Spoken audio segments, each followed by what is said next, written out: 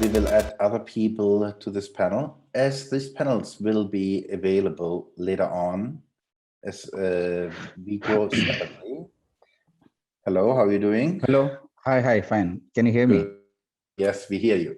So, as I said, the panels will be separately available as video. So I would like that we are shortly reintroducing ourselves. Let's start with Dr.Sohan Roy. Hi, how are you? How are you? Can you quickly introduce yourself, please, for the audience? Yeah, my name is Sohan Roy. I'm right now I'm talking from Dubai. Actually, it's 3:30 a.m. here, so you may find me a little bit sleepy. No. Okay, I'm basically a ship designer, naval architect, and also I'm a filmmaker also. I head Aries Group of companies. Aries Group of companies is based in UAE, but we are in 16 countries and around 57 companies are under Aries Group. We are supposed to be the largest hull inspection firm in the world, and in fact, in the design field also, we are world number one. We can say almost 5 fields we are world number one right now. But my core, since my core business is core profession is ship design, my core focus is into shipping. Shipping means the designs and the inspection of the ships. Last year, we were focusing on green ship conversions. We converted almost 1,500 ships as green ships. I mean, now the water pollution and the air pollution, how to reduce and make it environment friendly. That is the basic concept. And I can say that our world competitor must have done less than 500, where we did 1,500. So that much we have contributed to the world also. And as a filmmaker, my first movie was in 2011, distributed by Warner Brothers. The movie name was Damn 999. It was the first movie shortlisted for mainstream Oscars from India. And after that, several movies and several documentaries were made. And right now in the film industry, we are doing a $10 billion project to integrate the entire Indian film industry, because Indian film industry is 3 times bigger than Hollywood. But unfortunately, our industry is not as structured or integrated. We make movies in so many different languages, different industries are there in India itself. So we want to make it as a single industry.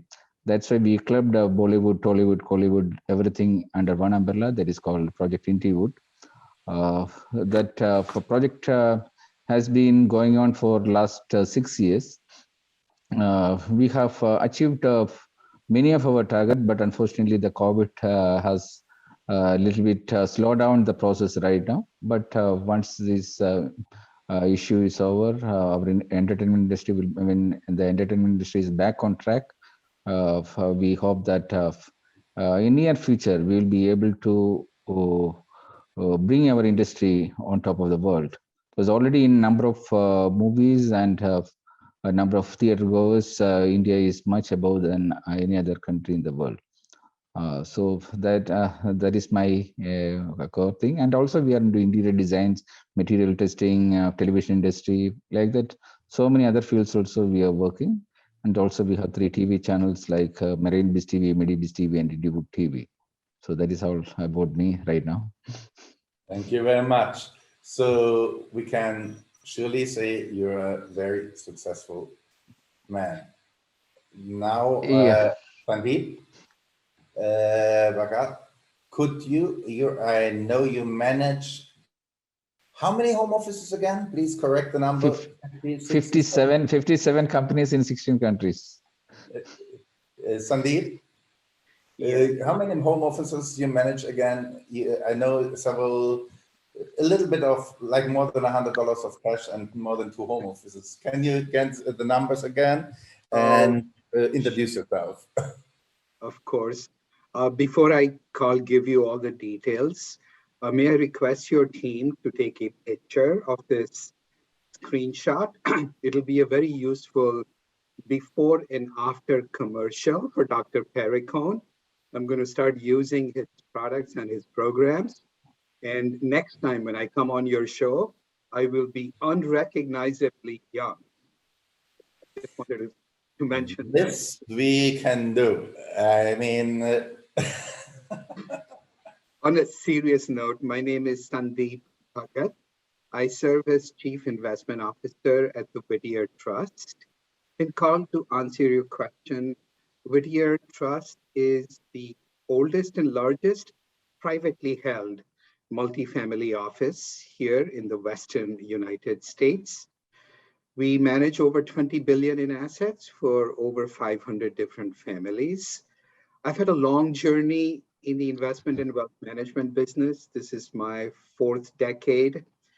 Fourth firm as well. My previous three affiliations were all on the East Coast, right around New York City. I worked at Citigroup and its predecessor organizations, Morgan Stanley, and then most recently at Vanguard before joining Whittier Trust. I feel honored, privileged, and even a little out of place being on such an elite panel, but I thank you for having me here. thank you very much. Dr. Perricone, sorry, could you introduce you again for the audience for this panel? Yes, I'll keep it really brief.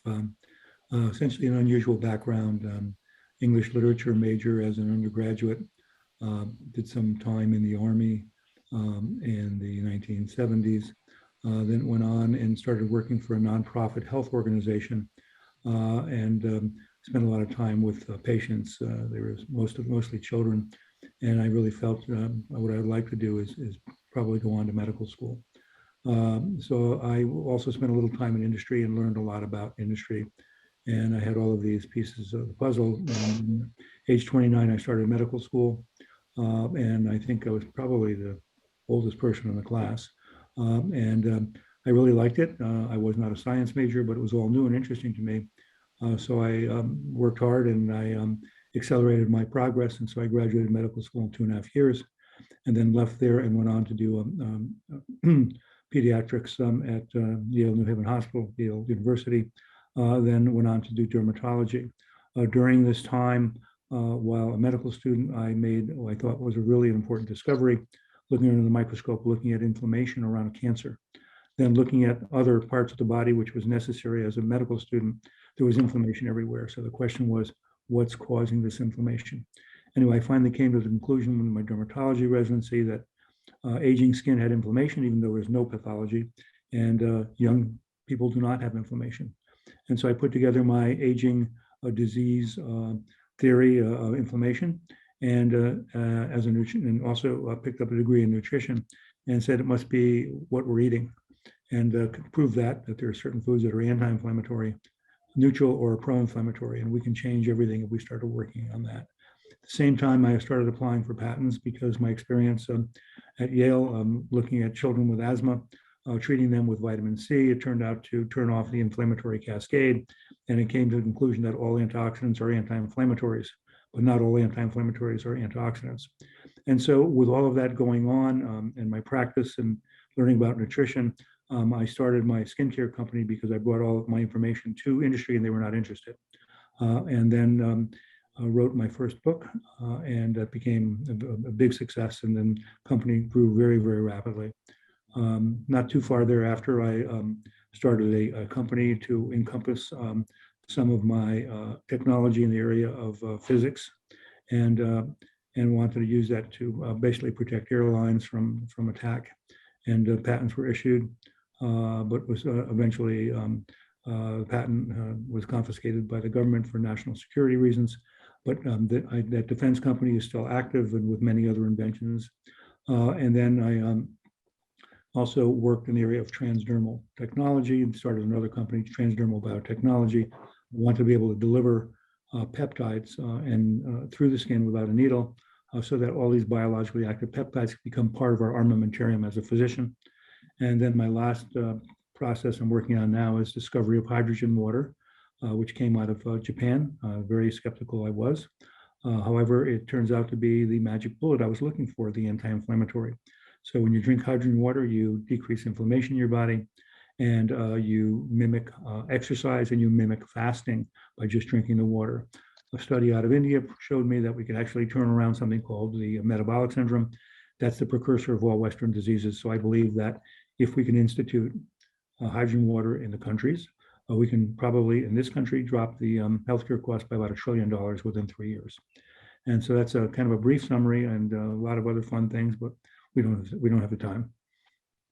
Thank you very much. So short to me, I'm Karl Seelig, curator of Digital Davos. Before, I was in multiple studies in reaching medicine to physics and consumer psychology. I invented ring-back-tone replacement, created a $5.8 billion industry. Patent-wise, kickstarted it, only the American patents, which was a dumb move. And so basically, now I'm also creating Digital Davos and run over 10 hedge funds in Cayman Island, investing in different venture capital in different startups. And each hedge fund is managed by a special team which analyzes the investments. So this team for success is put not randomly together. We have Dr. Roy, which is very successful with a lot of companies here. We have Mr. Bhagat, which manages billions for for private individuals. We have you here, later we have you running a defense company, inventing patents, and incredible life story. So also involved in a book which helps people to live better. And before we spoke also about the book Reality Dimension, which is about helping people. So the theme of our panel is happiness. And we saw that happiness can be defined in multiple things. And I would like to start with, can everyone please define what is for him success, happiness? Is there a difference, and what is it? Dr. Roy. See, I always believe that I am the happiest man in the world, because every day I make sure that that day starts and ends as a happy day. And in our company itself, our goal itself is to make sure every employee is happy. So we have separate happiness department for that one. And we have our own very, very exclusive happiness for KPIs and other things. So for our HR features are totally different and unique actually. Because the ultimate goal of our life itself is we believe that we should be happy. So for the organization goal itself is designed accordingly. So first thing what we have done is, because we are running on the 24th year right now. We started in 98, we started. So from that very first year onwards, we never change our policies. The first policy we introduced was 50% of the entire company profit shares, everything belongs to the employees. That is called 1:1 principle.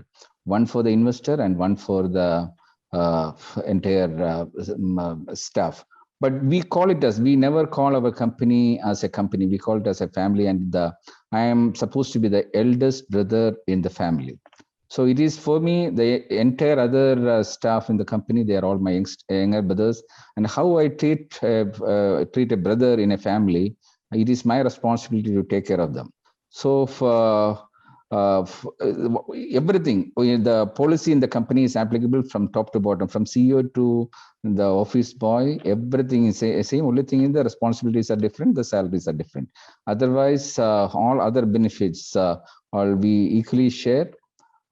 Even our spouses, the employees' spouses, they get a salary. We are the only company in the world giving spouse salary. We introduced that scheme for the first time. Unemployed spouses, basically.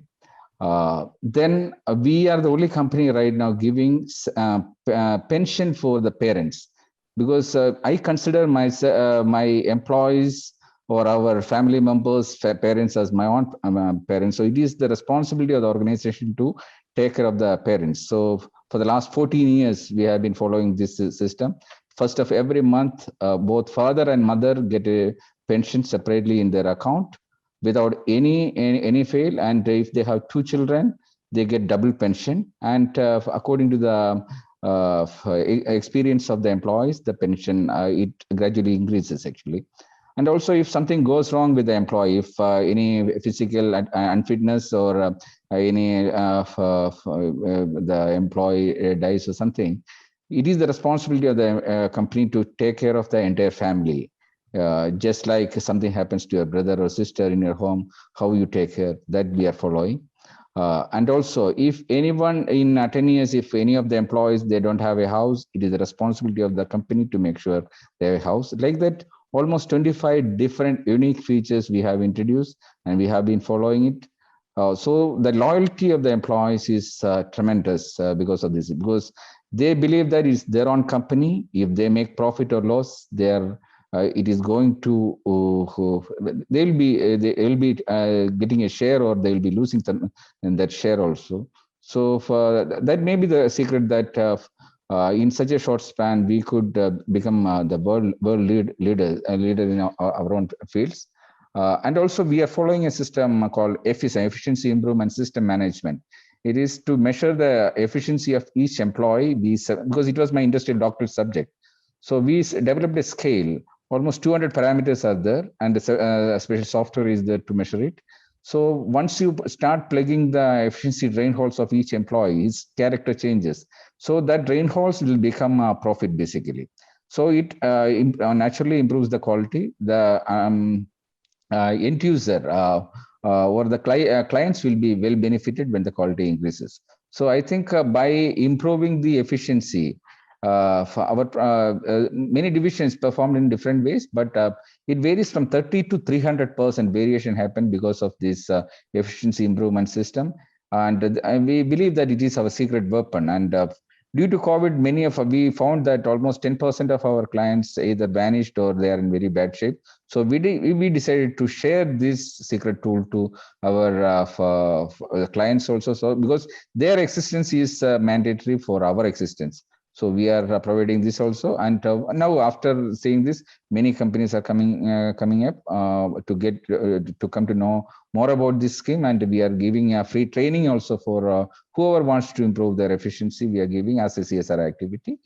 So and you can also contact us, no problem. We are happy to provide the procedure and other things. This is what I believe that. That way we are quite happy, because when our employees are happy, I'm happy. So that's why I believe that happiness is our goal. So basically, correct me, is my summary correct?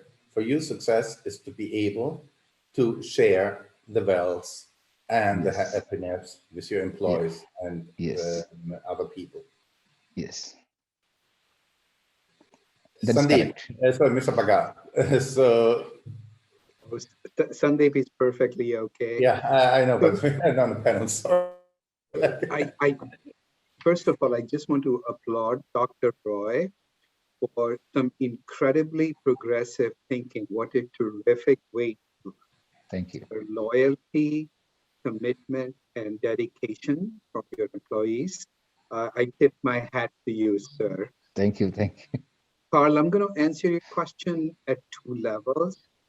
One at a professional level, the other at a personal level, because in my mind, I think of success as a barometer of a professional accomplishment. People tend to measure success in terms of wealth or influence or power or status.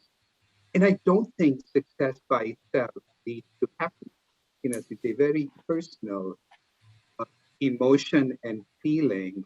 And in fact, I can define happiness very succinctly in one short sentence, happiness is nothing but a state of mind. It's how you feel within. Happiness comes from within, not with things around you, and especially not from material things. And so the way in my own journey through life, the way I've been able to reconcile these two is, one probably must wake up every single day to pursue their goals, their dreams, and indeed pursue perfection, because that's what leads to success. But at the end of the day, if you don't quite get to where you wanted to, the ability to reconcile to that gap between your dreams and reality, that to me is the true source of happiness. This is the time when you count your blessings, you count what you have, instead of focusing on what you don't have. So that's, I don't know, a philosophy of life or living that I've adopted, and what I've tried very hard to do, that as I think of these two incredibly lofty and almost elusive emotions, I've approached life and living with two other ingredients: gratitude and humility.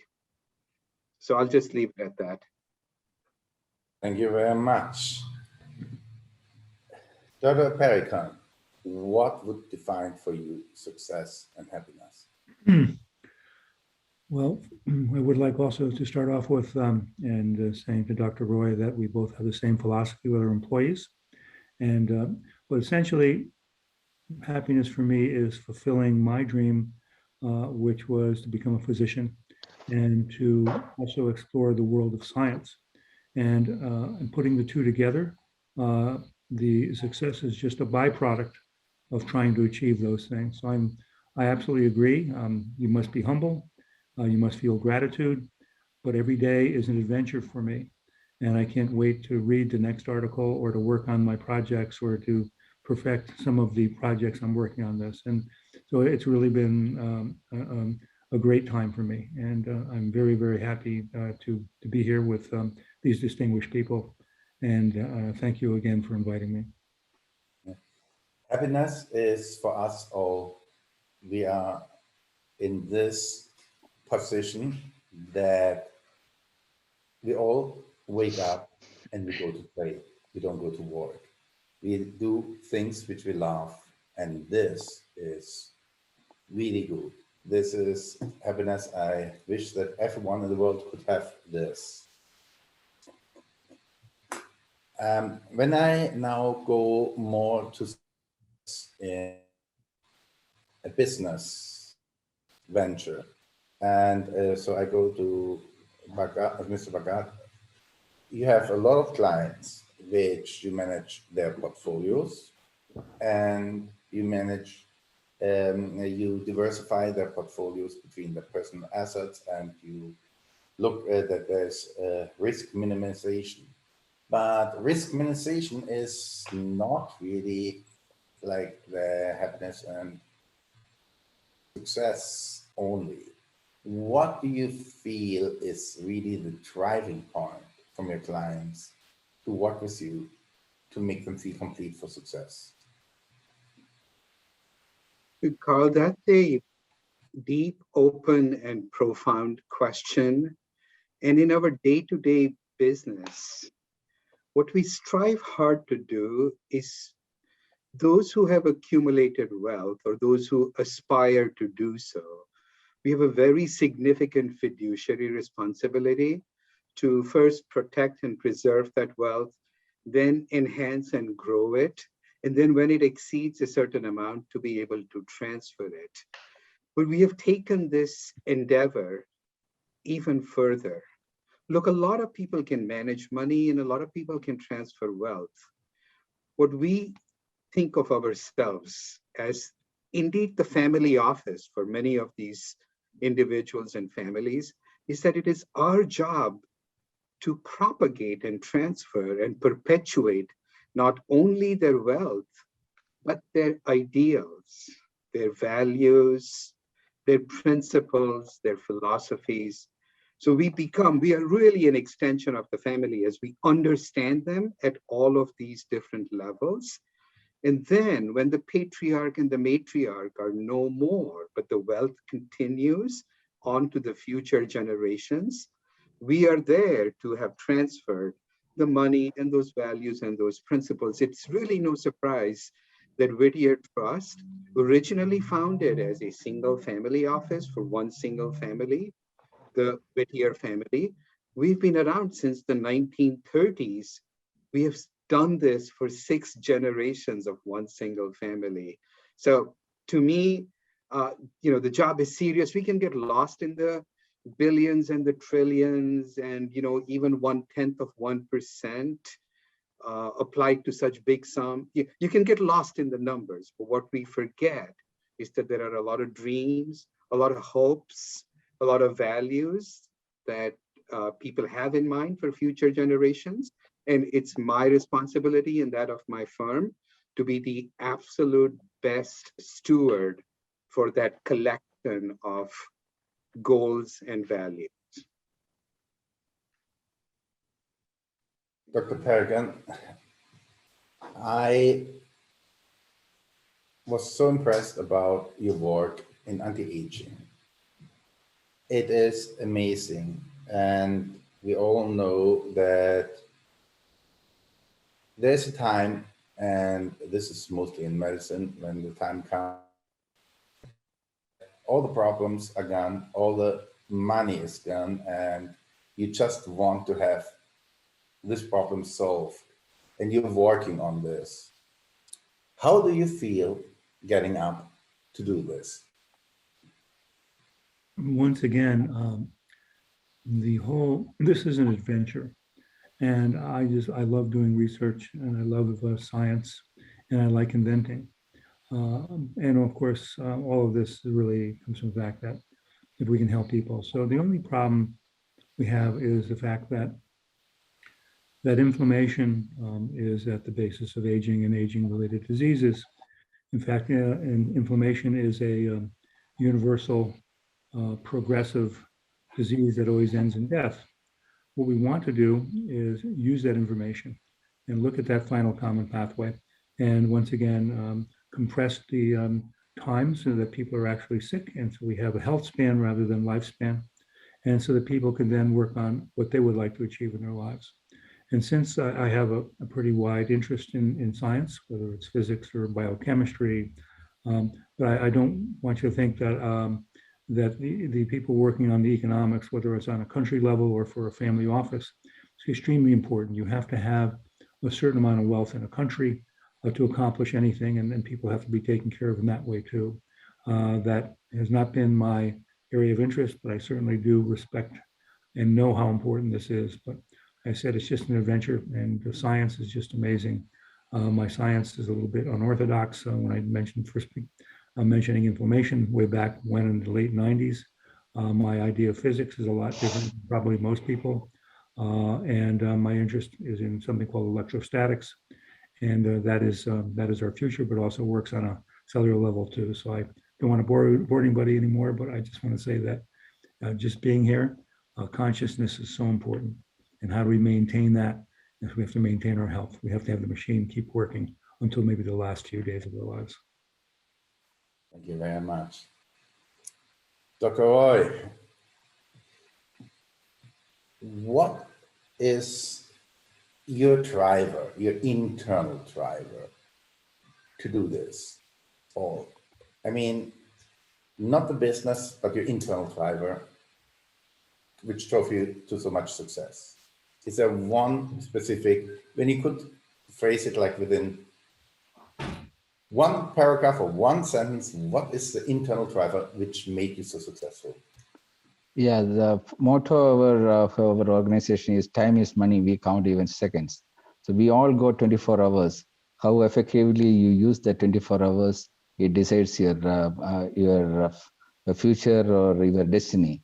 Because your destiny is designed by your karma, and destiny is decided by your karma, and that destiny can be designed.